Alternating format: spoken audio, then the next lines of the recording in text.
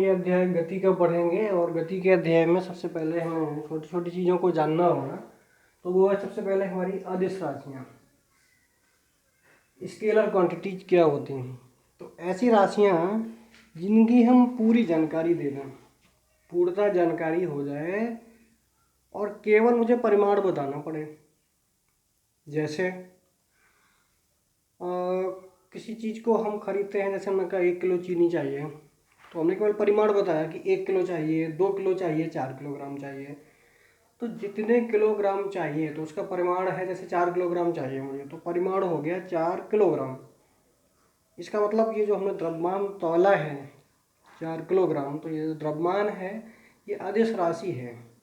पूरी जानकारी हो गई 4 किलोग्राम। इसी तरह से और भी कई राशियाँ हैं, जैसे लंबाई, किसी रेखा की लंबाई 4 सेंटीमीटर, 4 सेंटीमीटर है, चाहे इधर से नापो चाहे इधर से नापो, कोई फर्क नहीं पड़ता। तो पहली जो राशि हमने बताई, तो ऐसी भौतिक राशियाँ जिन्हें पूर्णता व्यक्त करने के लिए केवल परिमाण की आवश्यकता होती है, अदिश राशियाँ कहलाती हैं, स्केलर क्वांटिटीज कहलाती हैं। तो उसमें से सबसे पहले जैसे हमने बताया आपका द्रव्यमान, तो किसी भी वस्तु का द्रव्यमान ये एक अदिश राशि है। दूसरा आज हमने बताया जैसे लंबाई, तो लंबाई में भी कोई दिशा की आवश्यकता नहीं होती है। समय,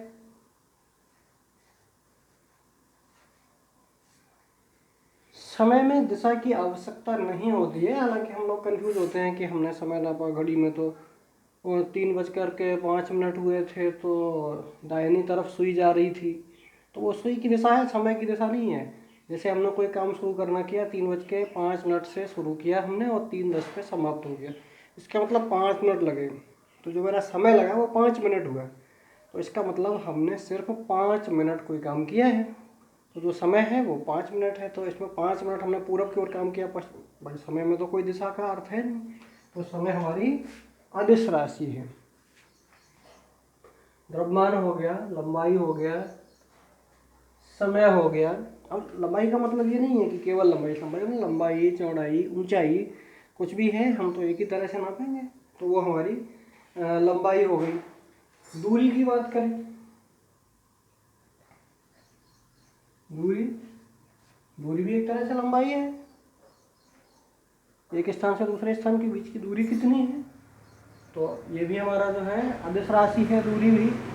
अब इस दूरी के बाद अगली हम बात करते हैं जैसे तापमान की।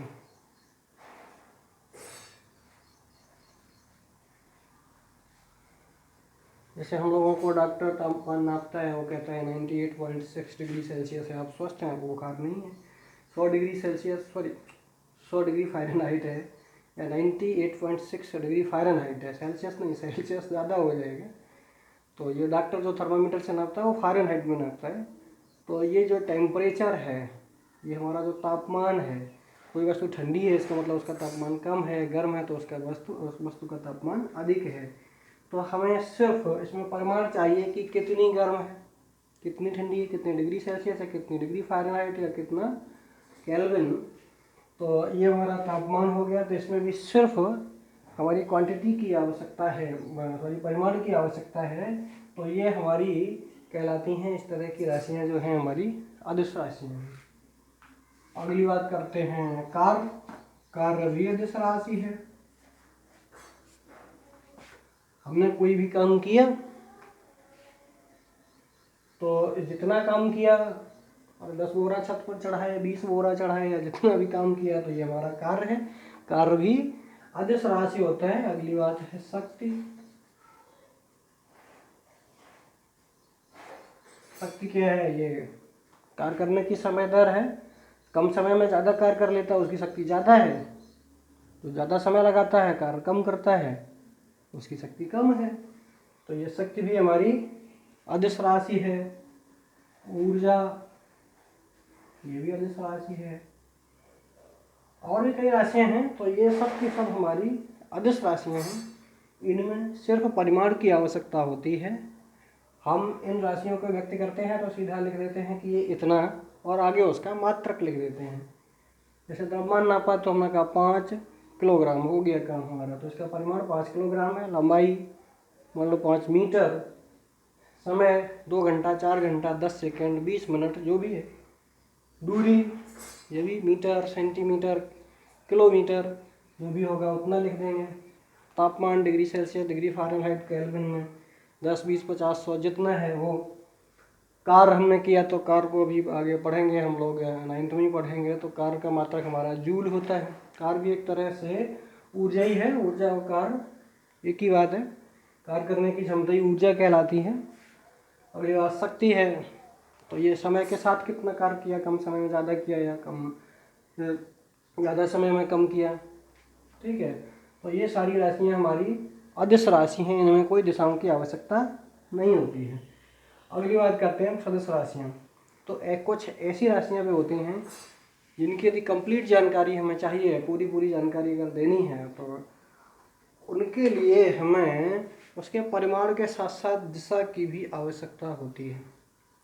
बिना दिशा के सही पूरी जानकारी नहीं दे सकते। जैसे मान लो विस्थापन की बात करते हैं।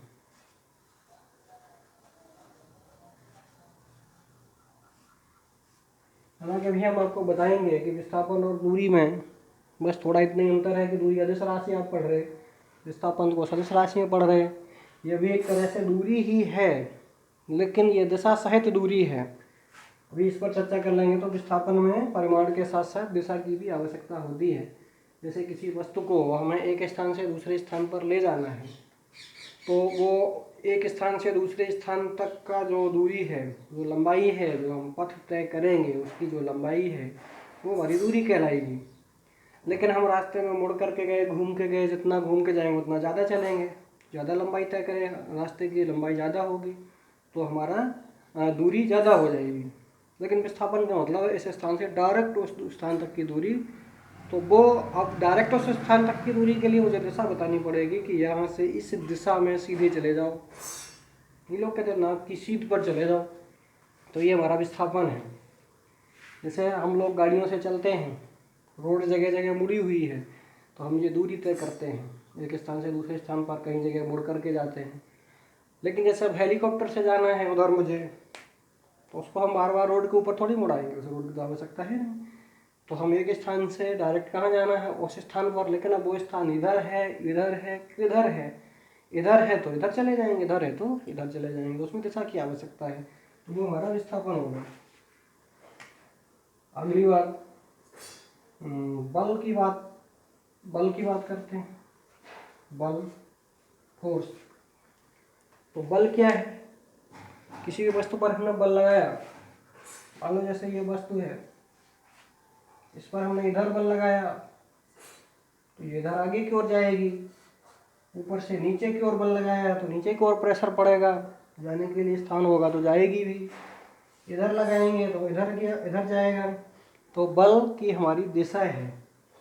इधर बीच में लगाएंगे, इधर खींचेंगे तो इधर खींचेगा, जिधर खींचेंगे वो वस्तु उधर जाएगी। तो बल जिधर लगाएंगे उधर जाने वाली। अभी फिलहाल यही समझो, जिधर बल लगाते हैं उधर ही जाएगी। कभी कभी ऐसा भी होगा बल किसी दूसरी दिशा में लगता है और वस्तु जाती किसी दूसरी दिशा में। तो ये हो गया हमारा। तो इसका मतलब जो बल है इसमें दिशा की आवश्यकता है कि हमने किसी वस्तु पर बल लगाया, कितना लगाया, कम या ज़्यादा, वो आपका परिमाण है। किस दिशा में लगाया, बिना दिशा के आप नहीं बता सकते। जैसे हमने किसी वस्तु को बल लगाया, बल का मात्रक न्यूटन होता है। जैसे मान लो किसी वस्तु को हमने 5 न्यूटन बल लगाया, तो ये कंप्लीट जानकारी नहीं है 5 न्यूटन बल आपने किधर लगाया। अगर दाहिनी ओर लगाया है तो दाहिनी ओर गई होगी, बाईं ओर लगाया है तो बाईं ओर गई होगी। तो ये हमें इसमें भी दिशा की भी आवश्यकता होती है परिमाण के साथ साथ। तो विस्थापन और बल ये हमारी सदिश राशियाँ हैं। अगला है भार। तो भार को हमने रसायन विज्ञान में पढ़ाया है। जैसे किसी वस्तु का पृथ्वी पर भार क्या है, पृथ्वी जितने बल से किसी वस्तु को अपनी ओर खींचती है, तो बल किधर होगा, पृथ्वी की ओर होगा। और सही जानकारी बताएंगे तो पृथ्वी के केंद्र की ओर होगा। पृथ्वी हमेशा प्रत्येक वस्तु को अपने केंद्र की ओर खींचती है, सेंटर की ओर खींचती है, ठीक है। तो ये भार का मतलब इसमें दिशा है, किधर है, पृथ्वी की ओर। हम चंद्रमा पर जाएंगे तो भार की दिशा चंद्रमा के केंद्र की ओर होगी। ऐसे अन्य ग्रह पर जाएंगे तो उसके केंद्र की ओर होगी। तो भार भी हमारा सदिश राशि है।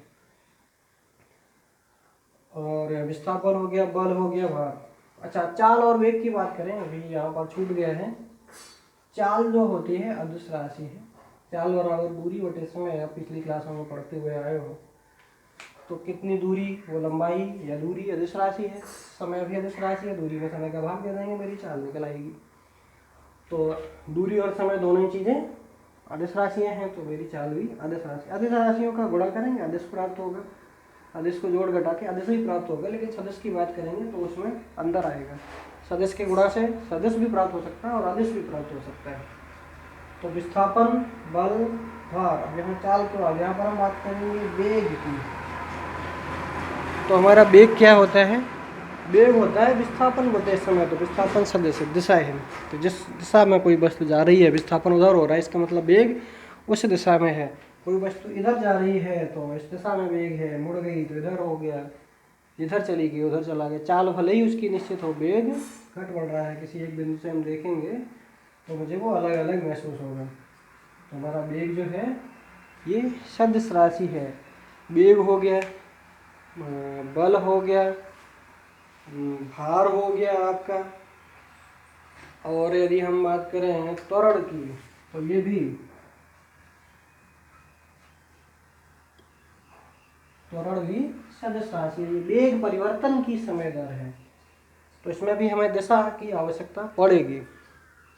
इसी तरह एक शब्द होता है संवेग, मोमेंटम, आज आप पढ़ेंगे। संवेग, आवेग, ये आपकी सदिश राशियां हैं। इनमें इनको पूर्णतः व्यक्त करने के लिए मुझे उसके परिमाण के साथ साथ दिशा की भी आवश्यकता होगी। किसी वस्तु का विस्थापन 10 मीटर पूर्व की ओर, बल किसी वस्तु पर 5 न्यूटन का बल लगाया पश्चिम की ओर, दक्षिण की ओर, ऊपर, नीचे, बिना ये बताए बल लगाने का मतलब पता नहीं है कि किधर लगा है। पूरी जानकारी तभी होगी जब हम बताएंगे कि इस दिशा में लगाया। मुझे पता है कि एक स्थान से यहाँ पर कोई वस्तु पहुंचाने में 5 न्यूटन का बल लगाना पड़ता है।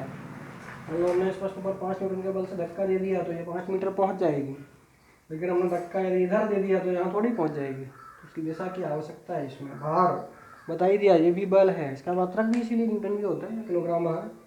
वेग, किसी वस्तु का वेग, कोई भी वस्तु 5 मीटर प्रति सेकेंड के वेग से जा रही है, लेकिन किधर जा रही है, दाहिनी ओर, बाईं ओर, पूर्व, पश्चिम, उत्तर, दक्षिण, बिना दिशा बताए इनकम्प्लीट जानकारी है।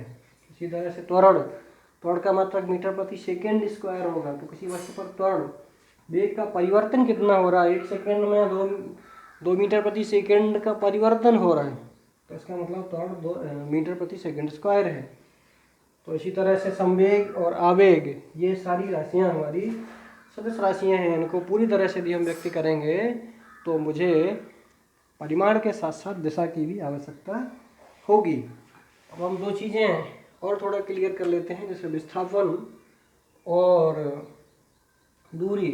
ये दूरी हमने बताया अदिश राशि है और विस्थापन को हमने दिया है सदिश राशि में। इनमें अंतर समझ लेते हैं। दूरी क्या है? एक स्थान से दूसरे स्थान पर, मान लो ये स्थान मेरा ए है और ये है स्थान दूसरा बी, ए से बी तक मुझे पहुंचना है। तो ए से बी तक आप कई रास्तों से जा सकते हैं। एक तो रास्ता यही है, सीधे चले जाएं। एक रास्ता ऐसे घूम के चले जाएं, इधर से चले जाएं, ऐसे जाएं, फिर ऐसे जाएं, फिर ऐसे जाएं। इन सब रास्तों में आपको दिख रहा होगा जो अलग अलग पथ हैं, उन सभी पथों में ए से बी पर पहुंचना ए से बी पर ही है। सबसे कम दूरी ए से बी तक की शॉर्टेस्ट डिस्टेंस है, सीधी। इसमें कुछ ज़्यादा वक्त चलना पड़ेगा इस रास्ते से कुछ और ज़्यादा चलना पड़ेगा। तो जो मेरी दूरी होती है, दूरी की परिभाषा यही होती है कि किसी भी वस्तु द्वारा तय किए गए पथ की लंबाई। तो इस वस्तु ने जो पथ तय किया गया है, तो ये इस रास्ते से ये पथ या ये पथ माने रास्ता, तो किस पथ से गई है उस पथ की लंबाई जो होगी वो दूरी कहलाएगी। तो इन अलग अलग रास्तों के हिसाब से ए से बी तक की दूरी अलग अलग होगी। अब इसी तरह से यदि हम विस्थापन की बात करें तो विस्थापन क्या होता है, एक स्थान से दूसरे स्थान की जो सीधी दूरी है, उन दोनों स्थानों के बीच का जो अंतर है वो विस्थापन है। यहाँ से यहाँ तक का, तो ये डायरेक्ट वाला ये विस्थापन है, यहाँ से ए से बी तक का डायरेक्ट ये। अब ए से बी पर पहुँचना है आपको, तो विस्थापन दिशा निश्चित होगी कि आप यहाँ से इसी दिशा में चलेंगे तभी बी पर पहुँचेंगे। पथ कोई भी तय कर लें, इधर चले जाएं, लौट के चले जाएं, रास्ता ज़्यादा हो जाएगा, दूरी ज़्यादा तय कर लेंगे, लेकिन विस्थापन आपका वही रहेगा ए से बी तक का, तभी विस्थापन होगा। और उसमें हमें पता होगा कि ए से बी की ओर दाहिनी ओर, ए से ठीक दाहिनी ओर यदि हम इतने मीटर चलेंगे तो बी पर पहुंच जाएंगे, सीधे जाना है, कहीं नहीं मुड़ना, तो ये मेरा विस्थापन होगा। तो विस्थापन और दूरी में अंतर समझ में आया होगा कि विस्थापन हमारा सदिश राशि है, क्योंकि इसमें यदि इतनी ही दूरी की बात है, जैसा भटक गए, इतनी दूरी इधर चले गए, तो हम बी पर नहीं पहुंचेंगे, किसी अगले पॉइंट सी पर पहुंच जाएंगे। एक और उदाहरण से समझते हैं कि देखिए इनमें अंतर कैसा है। ये आपका ए पॉइंट है, ये हमारा बी पॉइंट है, ए से बी पर पहुंचना है, और एक ये तीसरा पॉइंट सी है।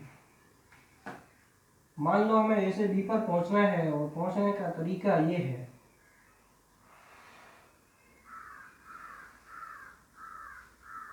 ठीक है, रास्ता ये है, ये पॉइंट मान लो सी है। तो ए से बी पर मान चलो ये यदि 90 इंच का कोण है, मान लो ये दूरी मान लो 4 किलोमीटर है, जहाँ से ए से लेकर के बी तक की डायरेक्ट दूरी है, कि विस्थापन मेरा 4 किलोमीटर है। ए से सी तक की दूरी विस्थापन मान लो 3 किलोमीटर है। पाइथागोरस प्रमेय से आप समझ गए होंगे कि सी से बी तक की दूरी 5 किलोमीटर होगी।